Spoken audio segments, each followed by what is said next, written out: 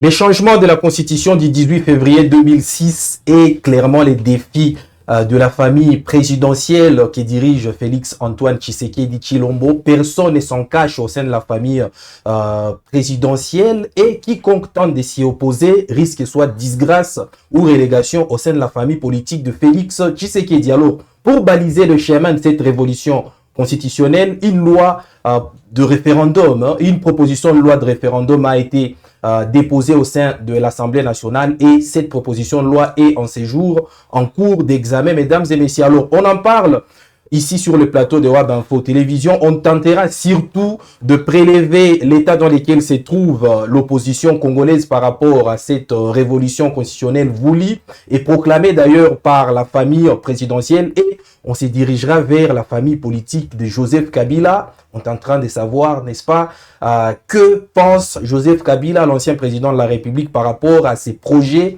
portés aujourd'hui par l'Union sacrée et la famille présidentielle de Félix-Antoine Tshisekedi. Alors, ce plateau est un peu spécial, puisque je serai avec Jenny Touali, mon confrère Jenny Touali, avec qui nous allons, n'est-ce pas, tenter de nous entretenir avec notre invité spécial. Il s'agit bel et bien d'Alain Amboma. Alors, je vais commencer d'abord par Jenny. Bienvenue. Merci Gaëtan, c'est un plaisir justement d'être sur ces plateaux comme vous l'avez dit. Il est spécial, vu la matière qu'on va aborder, mais aussi l'invité qui n'est pas aussi n'importe qui. Pourquoi je l'ai dit? Parce qu'il est parmi ces rares kabylistes qui prend le courage de venir affronter en termes d'idées les camps d'en face. Là, nous voyons bien sûr l'union sacrée de la nation ou tout ce qui va... C'est parmi les rares qui sont restés fidèles à Joseph Kabila. Oui, parmi les rares qui sont restés fidèles à Joseph Kabila, pour des raisons que lui-même connaît. C'est quelque chose quand même à saluer, la constance, mais aussi la loyauté, ce qui est rare justement dans la classe politique actuelle. Donc, ça sera quand même une très belle émission. J'espère que les téléspectateurs, les abonnés vont aussi se retrouver. On l'espère également. Bienvenue Alain Amboma. Merci M. Gaëtan. Bonjour aussi à Jenny et bonjour aussi à tous les auditeurs de notre chaîne préférée Wab Info TV. Alors je rappelle que vous dirigez aujourd'hui Génération Engagée, une des branches de la plateforme Sauvons la République démocratique du Congo, créée par Joseph Kabila. Alors avec vous, nous allons, n'est-ce pas, faire une fixette sur ces projets des changements de la Constitution qui ne passent pas du tout chez vous. Je l'imagine, puisque récemment, Joseph Kabila a montré n'est-ce pas, il a montré vraiment sa position qui va à l'encontre de celle de son successeur, Félix-Antoine Tshisekedi Tshilombo. Mais avant de commencer, une question m'est venue en tête. Peut-on dire aujourd'hui que Joseph Kabila regrette d'avoir laissé le pouvoir à Félix Tshisekedi? Non, j'ai dit non parce que d'emblée d'abord, parce qu'il y a un non et peut-être un oui. J'ai dit peut-être parce que les oui n'est pas une évidence dans sa façon de voir les choses et de faire. Et non parce que lui, ayant hérité ces pays dans des conditions que vous connaissez vous-même, savait très bien qu'un jour, il pourra quitter le pouvoir et soit les laisser à quelqu'un d'autre et pas les léguer, au moins les laisser à quelqu'un d'autre qui pourra faire la continuité de l'État. Et malheureusement, quand je dis maintenant non, c'est que la personne, lui étant d'abord vivant, la personne à laquelle il a confié la gestion du pays a la mauvaise volonté de traîner les pays tout droit vers les dérives. Et c'est ce qui l'amène toutefois à s'élever et mobiliser des gens comme nous autour de lui pour réfléchir autrement comment nous pouvons sauver la situation qui reste à être sauvée. Alors, est-ce que, au bout d'un moment, vous ne vous dites pas que Joseph Kabila a minimisé la capacité de Félix Tshisekedi à renverser la table?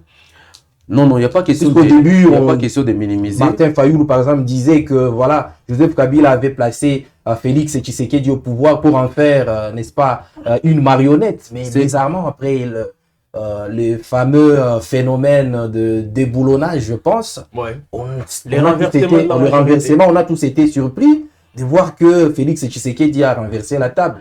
C'est comme ça que j'ai dit tout au début qu'il n'y a pas un certain regret de dire que bon voilà, on a placé la mauvaise personne à la place qu'il ne fallait pas, ou alors on a placé la bonne personne à la mauvaise place. Et en politique, on ne néglige personne. Et sauf même quand il y a des chaises vides, il y a toujours tendance à mettre même les plus idiots qu'ils viennent occuper ces postes. Mais avec le fil du temps, il pourra peut-être se rattraper. C'est comme ça qu'aujourd'hui, on ne va pas non plus dire que non, bon, voilà les choix des Kabila, ce n'est même pas lui qui l'a placé là-bas. Il y a eu des élections qui se sont organisées en 2019. Vous croyez en ces élections? Les élections de 2018? La passation du pouvoir, vous l'avez bien suivi, vous l'avez assisté. C'était une passation qui est restée même historique depuis l'existence de cette République sur Terre. Et que donc, Félix Tshisekedi, il a eu à être coaché tout d'abord parce que le premier gouvernement, c'était un mariage entre le FCC et le CACH. Donc, il a eu à bien en apprendre. Il a hérité aussi des signataires qui avaient des dossiers sensibles, des questions d'État auxquelles il s'est familiarisé. Et après un temps, bon, voilà, chacun devait regagner les siens, son camp. Et c'est comme ça qu'il a souhaité lui-même se créer des biceps avec des gens qu'il qualifierait de costauds de l'UDPS et bien d'autres qui avaient fait la transhumance chez nous au FCC et pour les rejoindre. Donc, il n'y avait pas à négliger. Et même si certains peuvent dire tout ce qu'ils peuvent dire, mais au moins, bon, en politique, on néglige personne. Quand un acteur politique se présente devant vous, et mettez-vous en tête que s'ils font les placer à un endroit, sauf ceux-là qui sont venus de nulle part et qui ne se sont jamais préparés à assumer des fonctions d'État. Jenny, vous aviez une question très intéressante. Voilà, je vais revenir sur ce qu'Alain Mboma a dit, c'est très important parce que vous venez ici d'évoquer les élections de 2018. Ce sont ces élections, bien sûr, qui ont permis à Félix Tshisekedi d'être au pouvoir. Alors, Alain Mboma, vous personnellement, je ne demande pas l'avis de votre famille politique. Vous personnellement, est-ce que vous croyez en ces élections de 2018 telles qu'elles se sont déroulées, les résultats, tout ça avec Félix Tshisekedi et non Martin Fayulu Chadari comme vainqueur? Oui, évidemment, parce que ce sont des élections que Kabila lui-même avait préparées. Parce que déjà, comme nous avons encore dit la fois passée, à la date d'aujourd'hui, si du moins la CENI serait dotée de tous les moyens nécessaires, on aurait déjà même publié les calendriers électoraux. Oui. Chose qui n'a pas encore été faite, c'est qu'il y a déjà un marasme quelque part dans les chefs du fonctionnement de la CENI qui se plaint partout dans les médias comme quoi elle n'est pas dotée de moyens. Mais alors Kabila, sachant qu'il va céder le pouvoir en 2019, parce que la passation du pouvoir a eu lieu en avril 2019, bien que les élections... Janvier 2019.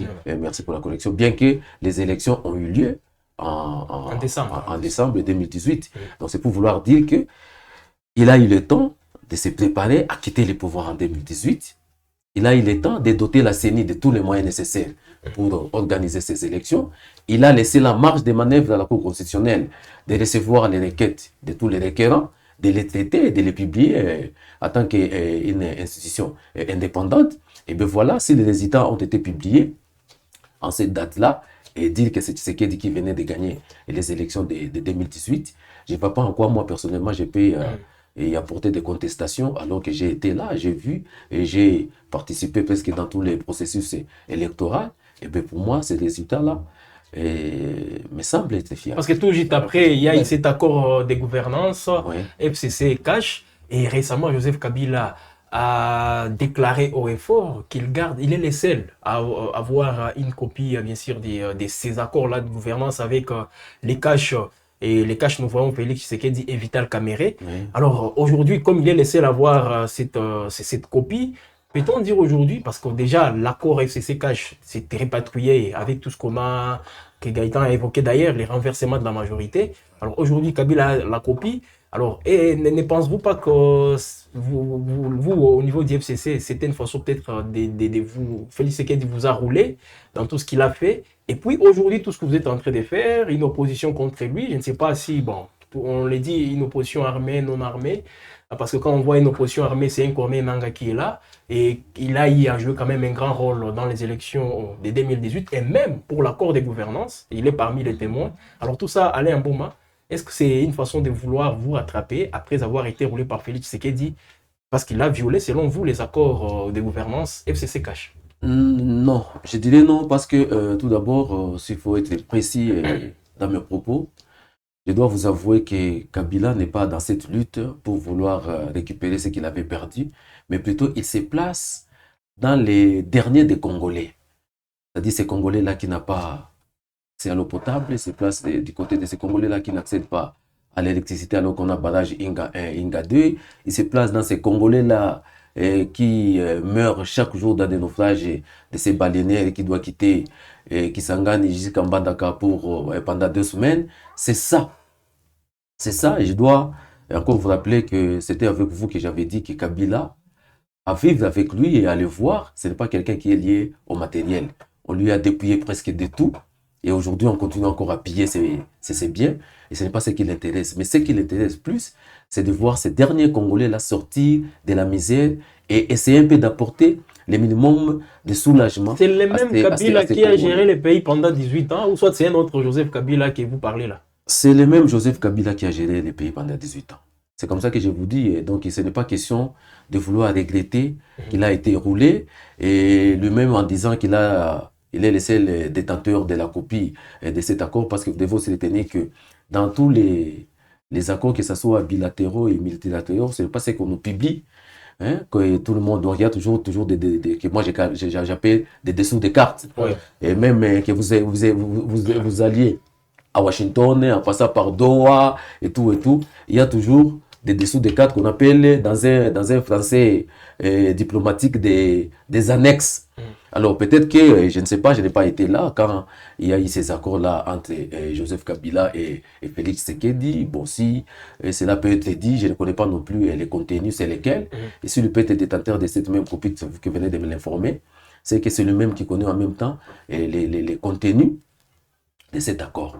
Donc dire qu'il a été roulé, c'est ce qui les ramène à faire cette lutte dans laquelle nous sommes alignés nous tous. Oui. C'est vraiment très faux parce que lui-même, avec l'argent qu'il avait déjà eu pendant tout son règne, et en Congolais simple, il se serait déjà retranché de toutes les questions politiques, créer un village quelque part avec tous ses moyens. Il n'a pas une charge familiale qui pèse sur lui, et bouffer de son argent et vivre paisiblement jusqu'à préparer sa retraite. Mais quand il voit ce que l'histoire peut l'interroger demain par rapport à la misère dans laquelle copie sa population, et quand il voit les relations diplomatiques telles qu'elles sont torpillées par les régimes actuels, quand il voit la mauvaise volonté de servir le peuple, il se dit, ben non, j'ai encore l'âge, bien que d'ici 20 ans ou 30 ans, peut-être je ne serai plus vivant, mais au moins, j'aurais laissé les gens qui sont issus et pris des joies, de paix et de la bonne gouvernance pour faire la continuité de la suite. Donc, pour lui, c'est ça la question. Alors, avant de fermer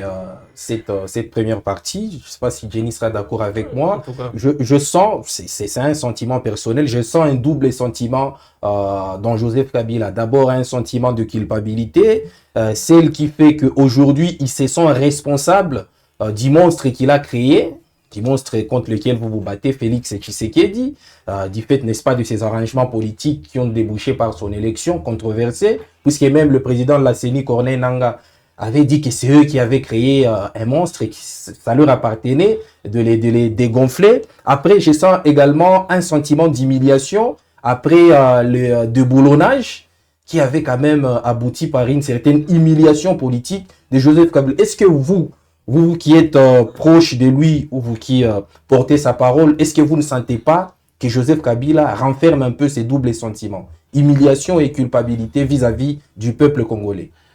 Vous savez, devant les tenants du pouvoir, il faut s'attendre toujours à tout. Ce n'est pas que quand c'est lui qui tient le pouvoir ou les manettes du pouvoir pose certains actes ou des actions, je dirais, illégales ou anticonstitutionnelles, que cela lui ramène à être dans la peau de celui qui veut victimiser la victime, permettez-moi cette tautologie, afin que la victime soit déclarée, je dirais, coupable, qu'on venait d'apprêter les termes.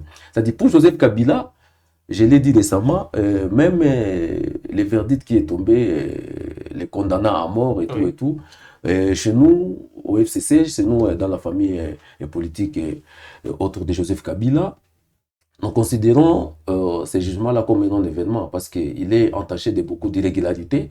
Et à ce titre, nous nous disons, nous pouvons laisser les régimes faire tout ce qu'ils peuvent faire, étiqueter à Joseph Kabila et tout ce qui peut l'étiqueter, mais dire qu'il a un double sentiment, le plus grand sentiment qui incarne dans les chefs de Joseph Kabila, c'est celui-là que je viens de vous insinuer tout de suite, c'est-à-dire les soucis de voir les derniers Congolais quitter le marasme social, quitter cette façon et de gérer du régime actuel et qui n'a pas de soucis de sa population et tout. Parce que lui-même, peut-être le seul regret qu'il peut avoir, c'est de ne pas avoir assez de temps pour atteindre les objectifs par rapport au calendrier, par rapport à l'agenda que lui-même s'était déjà fixé pour servir son peuple. C'est comme ça que les soucis de revenir, ce n'est pas pour venir récupérer ses biens. Les soucis de revenir, ce n'est pas parce que il voulait maintenant prouver à Tshisekedi que tu m'as roulé comme Jenny l'a dit et vouloir lui montrer qu'il a plus encore de capacités de renverser le régime, non.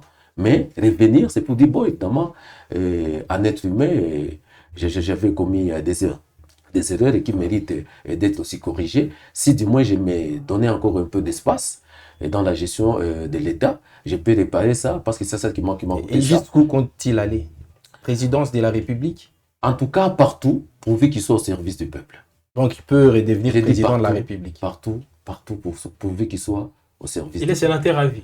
Et vous comptez sur cette constitution parce que bon, sénateur à vie, moi j'ai toujours qualifié ça de titre honorifique parce qu'il n'a jamais siégé au Sénat, il n'est pas collègue à Sama Lukonde, il n'est pas un collègue à Bati Lukwebo. Oui. Le titre de sénateur à vie, c'est juste un titre honorifique qui ne l'engage à rien au règlement intérieur du Sénat, qui ne l'engage à rien à la constitution tant que telle, non.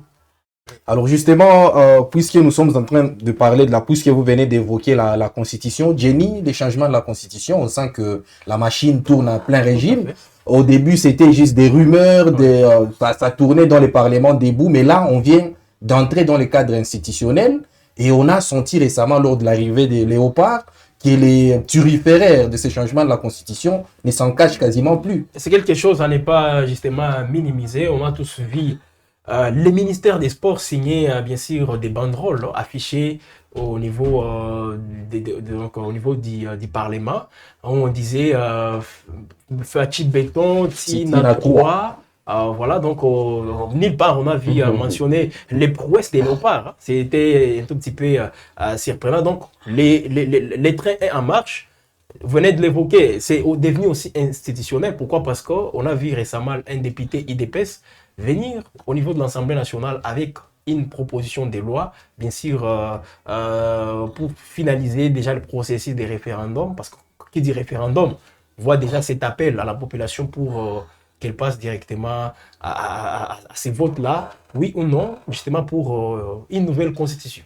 Alors, justement, puisque vous venez de parler de la propagande, la grande propagande qui est en cours, une propagande qui effraie l'opposition, j'imagine. Alors, j'aimerais demander à Alain, qu'est-ce qui vous effraie le plus? Les changements de la Constitution ou le déverrouillage du système de mandat, du nombre de mandats? Oui. Je dois tout d'abord rappeler que la Constitution de la RDC a 229 articles et 8 titres. Quand je lis du premier article jusqu'au 229, hein, je comprends tout ce qui s'est fait comme manœuvre que j'ai qualifié même de dilatoire de la part de ces gouvernants. Et toutes ces manœuvres-là ne tendent pas à vouloir toucher la Constitution pour les biens du Congolais. Ce n'est pas pour les biens du Congolais, parce que ce n'est pas seulement nous qui sommes avec Joseph Kabila qui les... Ce n'est pas nous seulement qui les disons. C'est Sanga, il était au perchoir, je crois, à l'esplanade d'un des stades de la ville de Kinshasa. Il l'a dit. Fayoulou, il l'a dit. Kabound l'a fait. Et alors, le web aussi. Bon, c'est ce qui l'a coûté, Bon, vous comprenez. Alors, c'est quelque chose que je qualifie d'illettrisme constitutionnel. Parce que quand on cherche à forcer, à ménager quelque chose qui, déjà, d'emblée, n'est pas autorisé, parce que même sur le plan des droits, parler des changements constitutionnels, de tout ce que je viens de vous citer ici, du premier au 229e article, il n'y a aucune disposition qui parle des changements de la Constitution. Parce que s'il faut parler des changements de la Constitution, il y a, bon, je ne suis pas constitutionnaliste, mais au moins je m'y connais un peu, il y a plusieurs étapes à franchir pour qu'on en arrive là.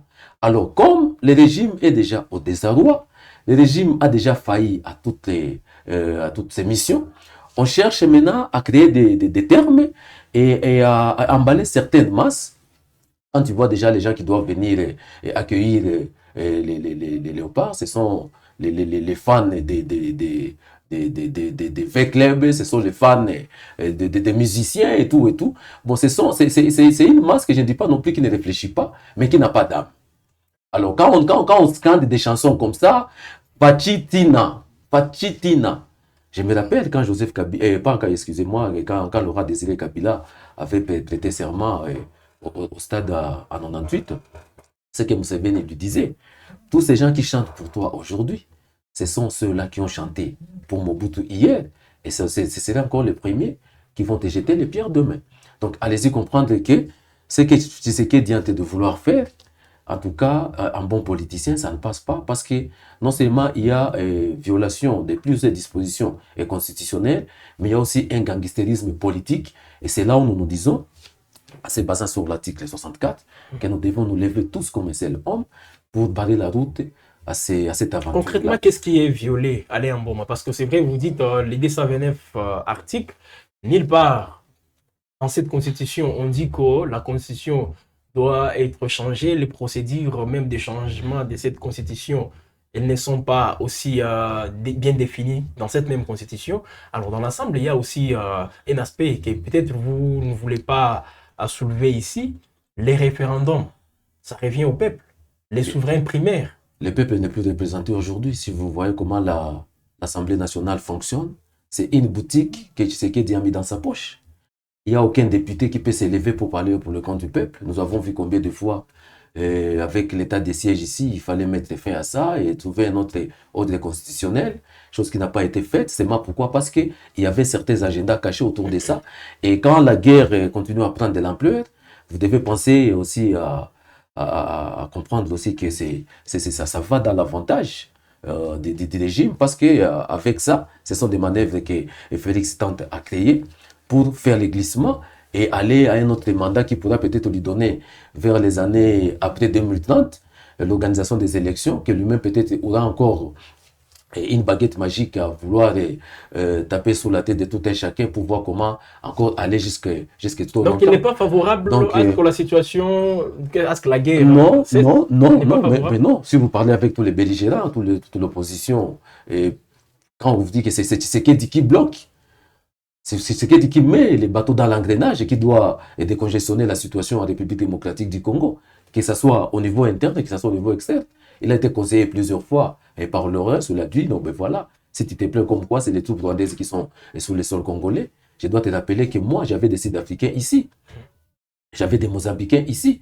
Mais comme la volonté était là et pour vouloir dialoguer, bon, chacun... Donc Félix Tshisekedi se sert de la guerre pour se maintenir au pouvoir. Ben oui, c'est déjà un très bon prétexte. C'est parce que dans tout ce que vous voulez avoir comme cahier des charges de l'Union sacrée, s'il faut chercher au moins à côtoyer certains cadres ou leaders de l'Union sacrée et discuter et faire un peu de discussions avec eux, personne ne te dira, par rapport aux grandes questions qui gangrènent la République, qu'il y a au moins un dispositif prévu dans leur cahier des charges voulant à nous amener à la révision, au changement de la Constitution. Il n'y en a pas.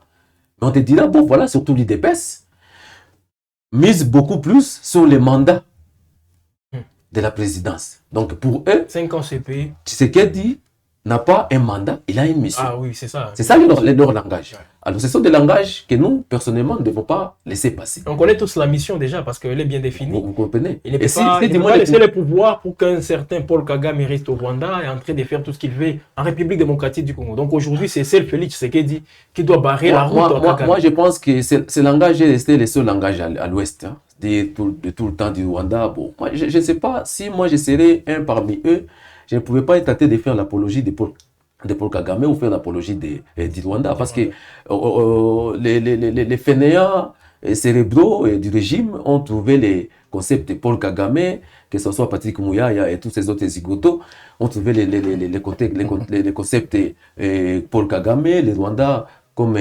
devenir un fonds de commerce. Partout là où il passe, c'est les Rwandais. Tout ce qui ne marchait pas, c'est Paul Kagame.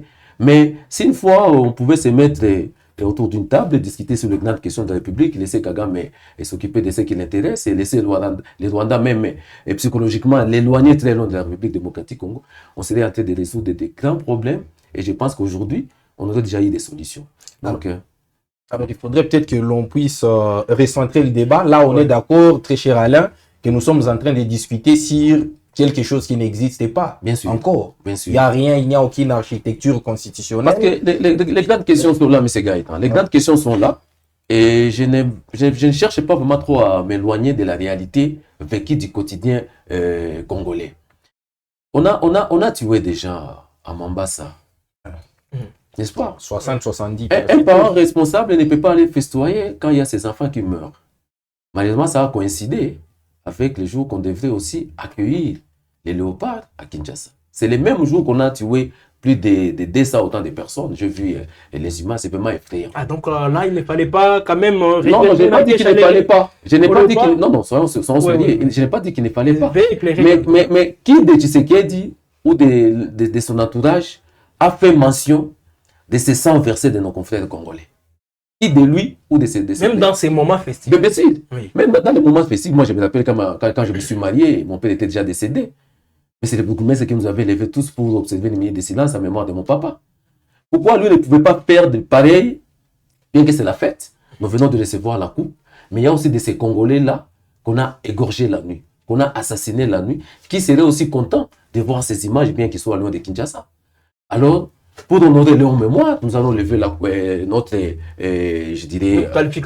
ticket de qualification en mémoire de ces Congolais-là. L'a-t-il fait? Donc pour lui, ce n'est pas ce qui l'intéresse. Quand ces enfants que nous voyons traverser Mbandaka jusqu'à je ne sais pas à quel autre village à bord d'une pirogue, et qui, avec la vague des baleinières qui passent par renversement, ça renverse ces écoliers et qui meurent sans nom, sans jugement, sans quoi. Ce sont des Congolais. Alors quelqu'un comme celui-là, lui donner encore beaucoup de chance, bien que ces chantres de ces hit parades-là continuent toujours à scander des chansons. Fachi Tina, vous savez, bon, Tina 3. Je ne vais pas non plus dire... Parce que vous ne voulez pas terminer, il faut dire Tina 3. Bon, même Tina 5, l'État ne va pas le permettre, je te l'ai dit encore la fois passée. Même si on disait Tina 10, tu sais qu'il dit même les toits, là, ne les verra pas. Non, vous comptez sur les temps pour arrêter la machine. C'est pour bientôt. Les temps, c'est les bientôt. Nous allons arrêter cette machine et pour bientôt. Avec quels moyens? Tous les moyens sont réunis. Et quels? Tous les moyens sont réunis. Autant en 2015, on avait senti qu'il y avait une mobilisation vraiment pour sa limite. Les églises. Non, mais 2015 avec Joseph Kabila. La pression, l'énorme pression qui était exercée sur Joseph Kabila. Il y avait les églises, il y avait le groupe de pression, Lucha, Filim, qui était encore, le parti politique qui était encore vraiment très mouvementé à cette époque-là. Mais à l'heure actuelle, je ne sais pas si Jenny va me contredire, on sent que de l'autre côté, du côté de l'opposition, il y a quasiment une coquille vide. C'est une coquille vide. Tous les opposants sont devenus inaudibles. On sent Katoumi multiplier des déclarations, c'est Sanga pareil, Fayoulou et même Joseph Kabila, dont on pensait que la parole allait vraiment être un véritable électrochoc dans l'arène politique congolaise. Mais on sent, vous ne sentez pas que vous n'êtes plus audible, vous n'êtes plus aussi percutant que vos opposants l'étaient en 2015. Nous le sommes et plus qu'en 2015. Mais nous voulons prendre en témoin toutes les organisations internationales et sous-régionales. Vous savez, Kabila, en gérant la République, il a été en face de plusieurs défis. D'abord, hériter un pays qui était déjà morcelé, que lui-même, presque comme un puzzle, que lui-même a récupéré les morceaux, les pièces, il les a encore rassemblés, et avec des dirigeants venus de plusieurs coins, avec chacun ses intentions. Ça n'a pas été facile pour lui. Alors, avec cette expérience-là, il s'est dit, si je partais trop vite, il y a certaines questions qui peuvent m'être posées dans l'avenir, auxquelles je ne trouverai peut-être pas de réponse.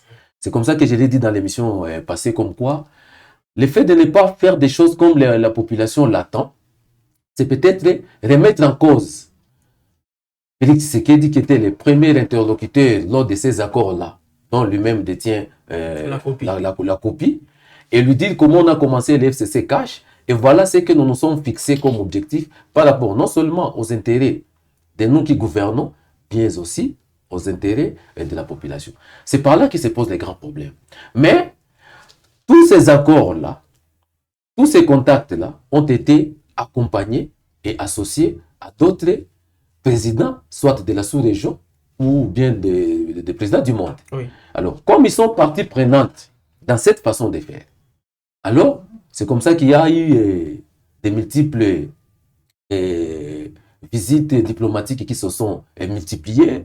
Tantôt Tshisekedi là-bas, tantôt c'est Kabila qui est invité ici, tantôt c'est les autres qui viennent de leur coin pour venir rejoindre Félix. C'est dans les soucis de vouloir désengorger la situation des moyens pacifiques. Mais comme Tshisekedi semble être le plus gang, et entouré aussi des gens qui étaient venus aussi presque réduits comme lui, affamés, ils se disent, nous devons continuer à nous servir. Mais malheureusement, ils se servent toujours au dos du peuple. Mais la démarche dans laquelle nous, avec Kabila, nous sommes inscrits, c'est une démarche très noble et nous ne voulons pas que demain, l'histoire nous interroge. Et c'est comme ça que nous sommes en train de... Certainement, nos pas sont lourds, comme tu viens de le dire, mais pourvu que ça soit lourd et que ça apporte une solution qui va être durable et une solution qui ne va pas non plus être ensanglatée. C'est comme ça que nous disons, lui c'est un militaire, il connaît tous les méandres de la guerre, il a été au front plusieurs années, et aujourd'hui, Tshisekedi, lui qui s'est dit être un civil qui a chassé un militaire, jamais un civil pourra chasser un militaire, nulle part au monde, ça n'existe pas. Et que si Kabila il a déjà arrêté des dizaines de généraux. Des généraux, vous savez, ils sont... c'est comme ça que je disais, c'est lui, j'apprenais même qu'il y a le général Djadji Diabo, je cherche encore la vérité, qui serait aussi sur la liste noire de ceux-là qui sont morts incarcérés. Donc je vous disais que c'est lui qui tient la manette de la gouvernance. Oui. Il a en poche l'Assemblée nationale, il a en poche le Sénat, il a en poche le gouvernement, la justice et l'armée. Lui étant commandant suprême de l'armée, magistrat suprême, je ne sais pas tout et tout et tout. Alors, c'est là où je m'insurge un peu quand il essaie un peu de faire la confusion entre être président de la République et chef de l'État. Ces deux concepts-là, tu sais qu'il ne les a jamais maîtrisés. Le jour qui sera quand est-ce qu'on est chef de l'État, c'est par là qu'il va rejoindre maintenant les actes constitutionnels à poser. Mais autant qu'il connaît qu'il est président de la République, alors il va continuer à se mettre cette confusion dans sa tête et les choses ne vont pas bien. Mais c'est un défi pour vous. Comme il maîtrise, il a justement cette, comment dire, oui, ses responsabilités, et un pouvoir aussi qui devient de plus en plus, qui pèse, hein, non seulement sur lui, mais surtout sur vous de l'opposition qui peut-être vous demandez qu'est-ce qu'on va mettre en place pour les défier. La question, je reviens sur la question des Gaëtan.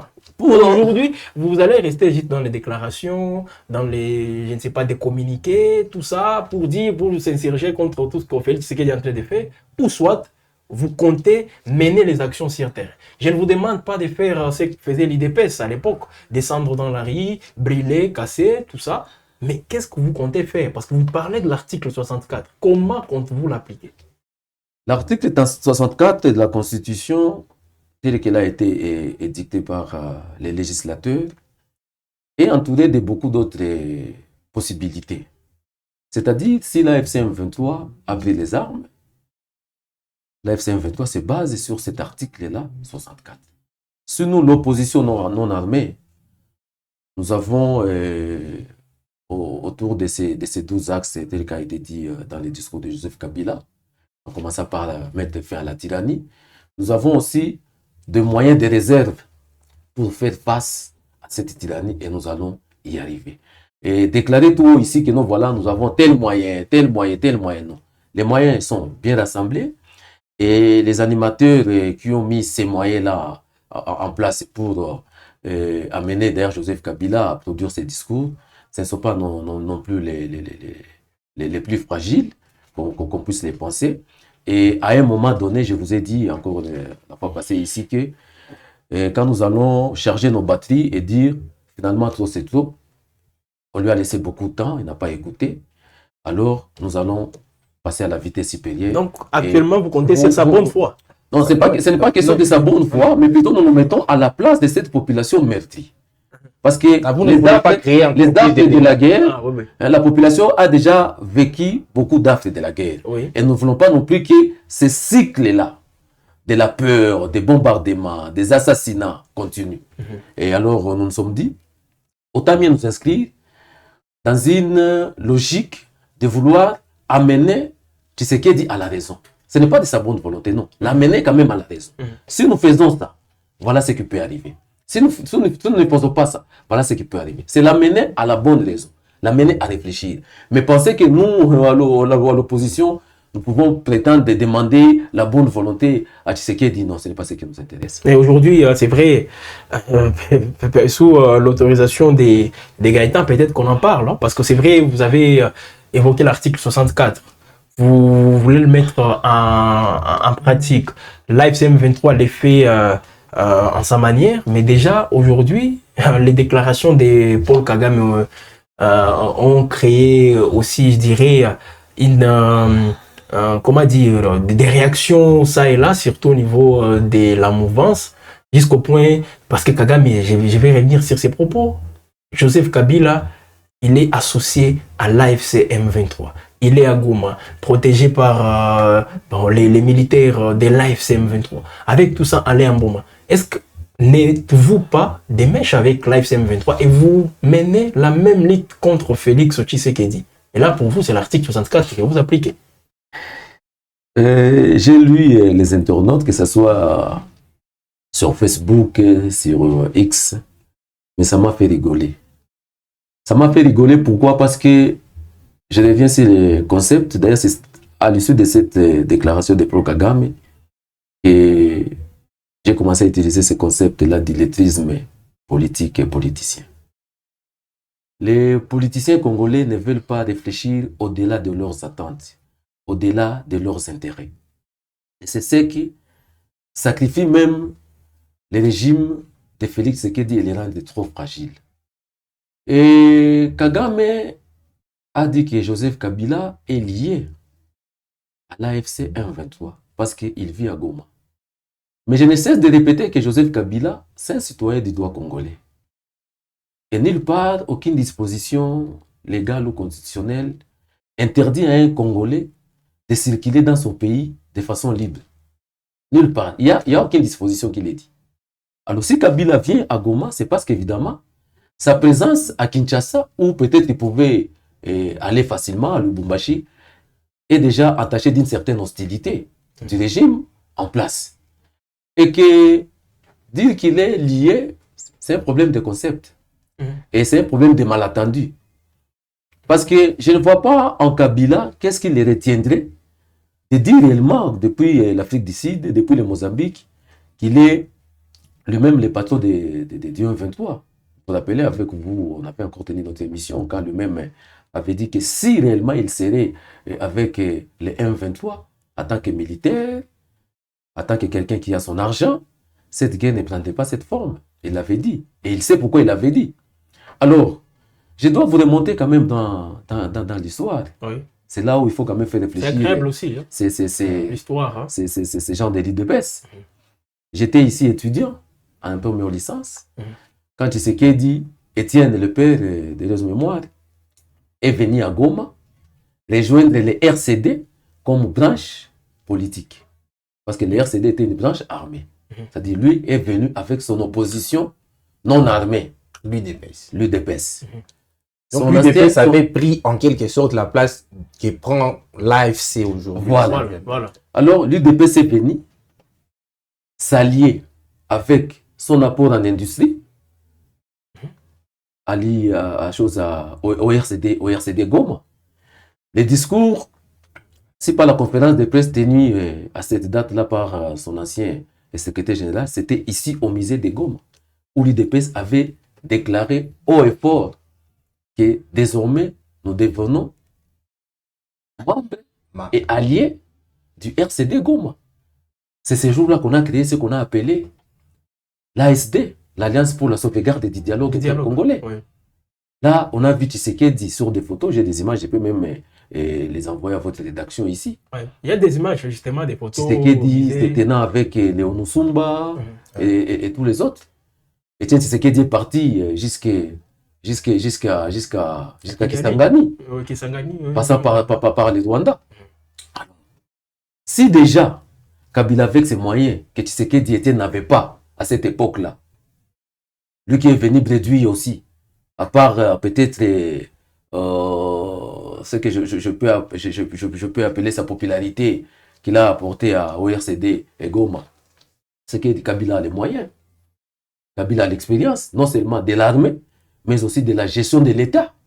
Et vous pensez que ce sont les mots qui manquent à Kabila de se tenir un jour debout et dire c'est moi le patron du FD. Mais Kagame, c'est Kagame qui l'a dit. Non, mais il a pas dit. Non, c'est la désinformation. La manière dont on a véhiculé les messages de Kagame. Oui. Peut-être moi, je vais même aller très loin. Parce qu'on lui a posé à Kagame la question de savoir s'il pouvait faciliter l'entrée à Kabila, je ne sais pas. Mais je vous dis, depuis l'AFDL de Laurent Désiré Kabila, ce sont les Ougandais et les Rwandais qui ont appuyé Laurent Désiré Kabila pour renverser le régime, qui était aussi peut-être hostile aux intérêts ougandais et aux intérêts rwandais. N'est-ce pas? Le RCD est venu. Le régime Mobutu. Le RCD est venu. Il était aussi appuyé en partie par les Ougandais et les Rwandais avec les fameux... Non, la situation qui s'était passée à Kisangani, les Ougandais et les Rwandais se sont entretués, enregistrant aussi beaucoup de morts du côté des paisibles et citoyens congolais. Alors, vous voyez tout ça, c'est une façon de vouloir enterrer l'histoire et ne pas comprendre en face la réalité. Donc, pour moi, déclarer que non, voilà, tu sais que Paul Kagame a dit que Joseph Kabila est lié à l'AFC, évidemment. Bon, il est lié pourquoi? Il est lié à l'AFC M23, pourquoi? La cause, elle est simple. Parce que nous tous, nous sommes inscrits dans la même logique. Je vous ai dit la fois passée que nous convergeons sur un seul point. Nous sommes liés au FC M23 parce que non seulement l'AFC M23 a pris les armes pour combattre la tyrannie, mettre fin à ce régime, et nous aussi, en tant qu'opposition non armée, nous sommes dans une autre élite pour mettre bien sûr fin à ce régime. Votre dénominateur commun. Ben oui, c'est ça. C'est Félix Tshisekedi. Non, c'est quoi Félix Tshisekedi? On n'a pas besoin de la tête de Félix Tshisekedi. Disons combattre Félix Tshisekedi. Les régimes, justement, les régimes. Voilà. Nous voulons combattre ces régimes. Là, vous êtes liés à l'AFC M23. Oui, évidemment, parce qu'il y a un dénominateur commun. Nous sommes liés à un seul point convergent. Mettre fin à cette tyrannie de Félix Tshisekedi. En passant par mettre fin à la tyrannie, c'est vouloir déboulonner tous ces systèmes et instaurer un nouveau système. Un nouveau ancien qui va... Un nouveau système. Oui, et donc selon vous, c'est ce que Kagame a appelé... C'est ce que Kagame voulait seulement Kagame voulait seulement insinuer. Mais malheureusement, avec ce que j'ai qualifié encore une fois d'électrisme politique, on a récupéré même les mots que Kagame a utilisés pour les réorienter autrement et créer même de l'altération dans ce qu'il a dit pour dire autre chose, alors que réellement, ce n'est pas ce qu'il a dit. Si nous sommes, nous, opposition non armée, autour de Joseph Kabila, sommes liés, c'est ça le terme, à l'AFC, ce n'est pas pour nous dire que nous sommes partie prenante, nous sommes partenaires, nous sommes actionnaires, non. Nous sommes liés parce que nos objectifs convergent sur un point. Lequel point? Mettre fin à cette tyrannie et déboulonner le système. Alors, nous sommes en train de tendre vers la fin, très cher Alain. Merci pour vos brillantes réactions. Merci. Mais avant de finir, peut-être que Jenny aura aussi la dernière question. Êtes-vous prêt à débattre avec le régime en place autour du projet de changement de la Constitution? Si aujourd'hui, parce que généralement on dit que les hommes d'État, surtout dans une république démocratique, doivent débattre. Au moins le débat... Vous ne l'occultez pas. Êtes-vous prêt à débattre avec Félix Tshisekedi autour de ces projets? S'il est fondé sur les intérêts du peuple, je dis, moi personnellement, je suis prêt à débattre. Mais si c'est entaché d'une certaine irrégularité, des intérêts populistes, juste pour... Donc, vous êtes impatient de voir ces projets-là? Non, ce n'est pas question de passer. C'est parce que pour moi, je sais que ça ne va pas passer. Dans notre cas, nous sommes très mobilisés de freiner toute manœuvre voulant nous amener vers ces changements de conditions. Mais Alain Bouma, vous soutenez la tenue du dialogue avec Félix Tshisekedi. Bien sûr. Et aujourd'hui, on a entendu forcément les cahiers de charges. Voilà, justement, on a entendu quelques dignitaires du régime actuel dire que voilà, si on va discuter, dans notre cahier des charges, on viendra pour dire, durant notre mandat, on a connu des blocages avec FCC Cash, on a connu des blocages avec Covid, plusieurs tralala, on a connu la rébellion qui ne nous a pas permis aussi de bien travailler. On va donc dire qu'on n'a pas pris les 5 ans qu'on devrait prendre justement pour gérer les pays, alors là, on doit discuter pour soit demander un petit glissement, ou soit venir maintenant avec le débat du changement de la Constitution. Et les Congolais en parlent maintenant. Parce que c'est vrai, vous avez dit que ce n'est pas conditionnel, aller en Boma, mais quand on passe déjà au référendum, vous voyez déjà que le peuple est le souverain primaire, et c'est à ces peuples que revient le dernier mot. Alors avec tout ça dans un dialogue, vous pouvez mener ces débats, et puis les plus convaincants peut-être pourront emporter. Vouloir d'abord assimiler la gestion de l'État aux événements, parce qu'un régime qui s'investit, il met un gouvernement en place, il doit se mettre en tête qu'il y a des situations irréversibles auxquelles il peut faire face, et sans pour autant, je dirais, bloquer la machine de gouvernance. Oui. C'est que le gouvernement n'a pas été à la hauteur de faire.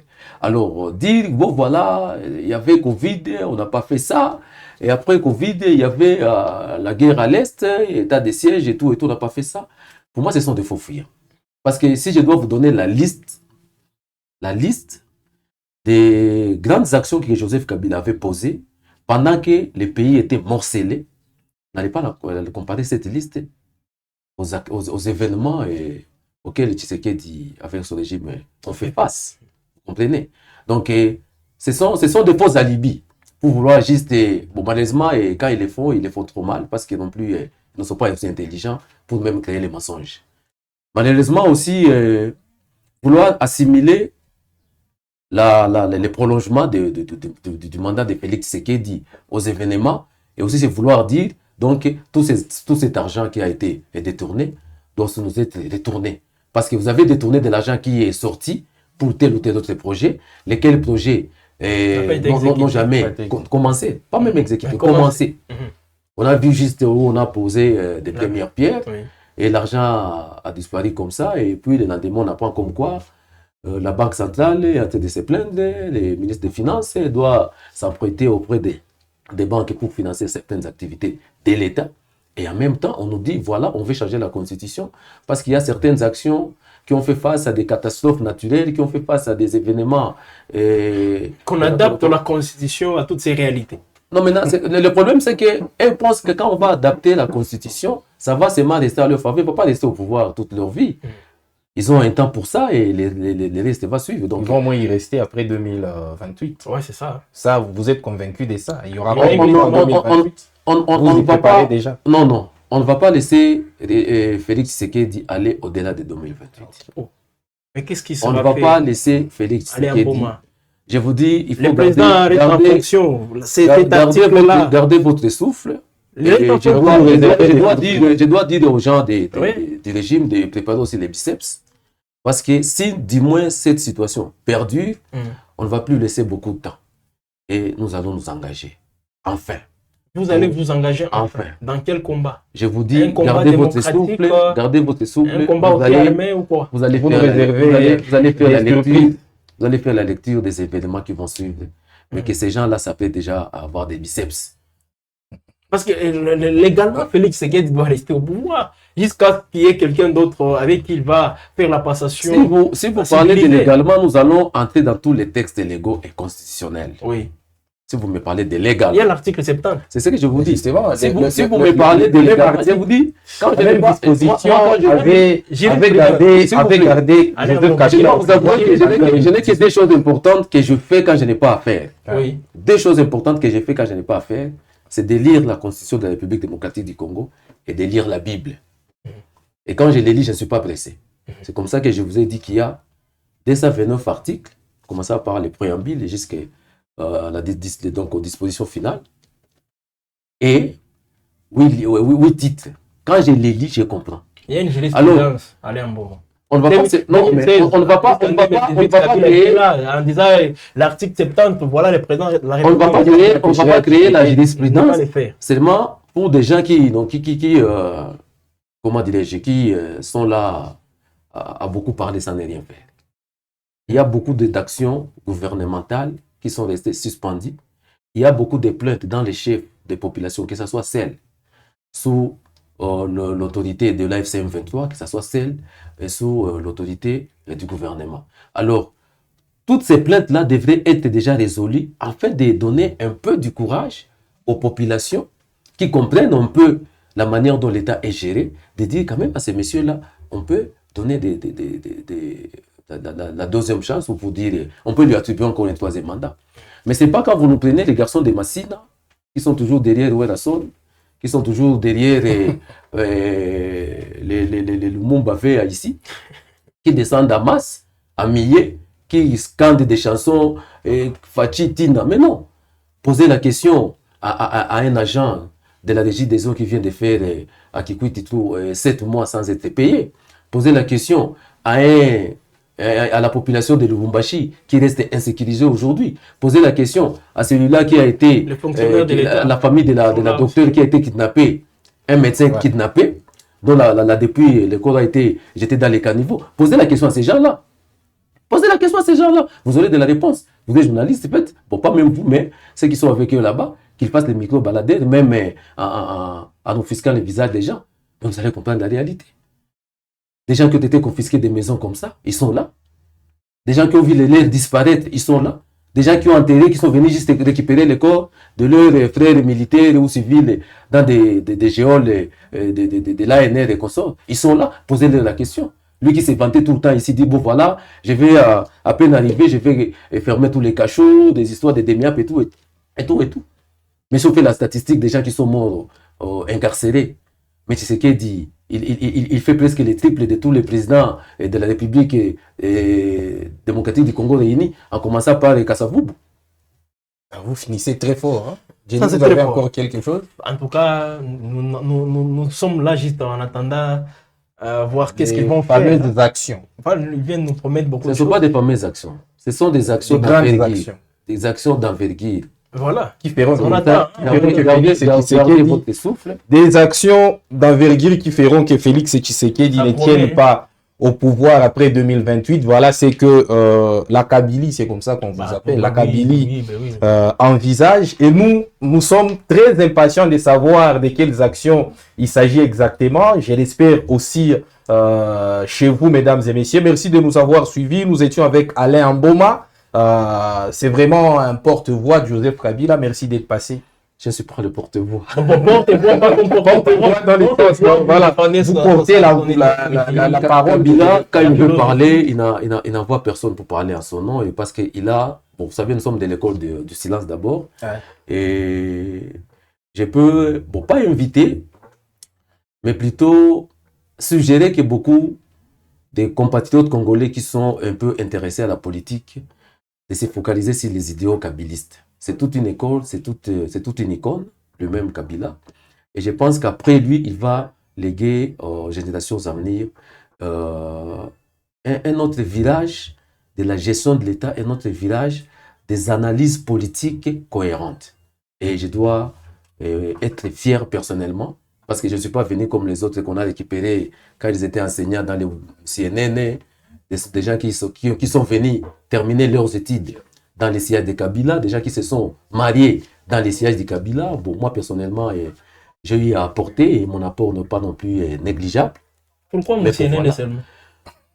Oui, j'ai dit de CNN parce que c'est de là où il est venu. Vous visez quelqu'un? Oui, clairement. Quelqu'un, évidemment, parce qu'il est venu de CNN, il est descendu enseignant, de l'enseignant, il est passé par des petits postes aujourd'hui. Il peut se tenir devant les gens et vanter son ingratitude, ce qui est déjà bon pour quelqu'un qui est venu de tout loin de la vie. Et c'est vraiment marrant et gênant même de voir qu'il est en train de vouloir administrer autour des gens qui sont ses disciples la même manière, les mêmes comportements. C'est-à-dire, pour lui, la gratitude n'a pas de nom. Pour lui, c'est l'ingratitude qu'il faut vanter partout. Veuillez les citer pour que les disciples peut-être puissent prendre conscience. Les disciples et choisir d'autres chemins, si possible.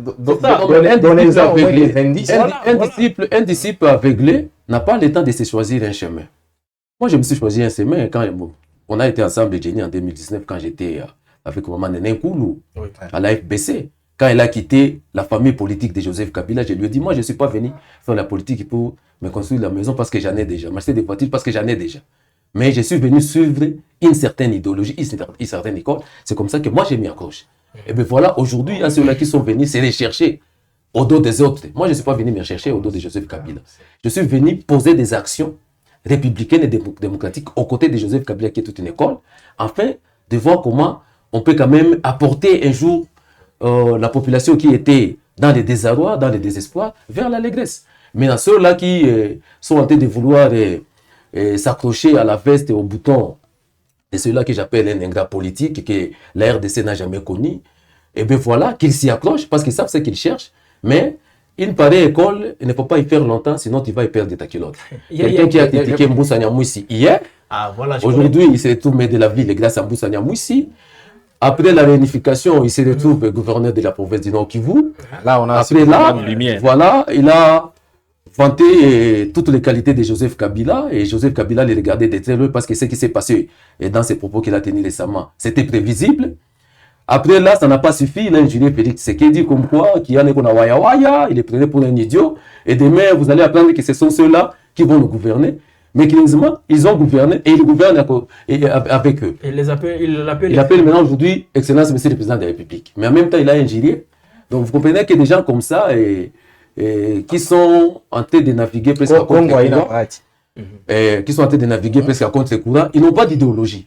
Ils n'ont pas eux-mêmes instruit une école pour qu'ils restent après nous, peut-être ceux qui sont derrière nous pourront prendre de la relève. Donc, autour de Giné Paloukou, en commençant par sa cervelle elle-même, il n'y a rien, c'est vraiment un tonneau vide.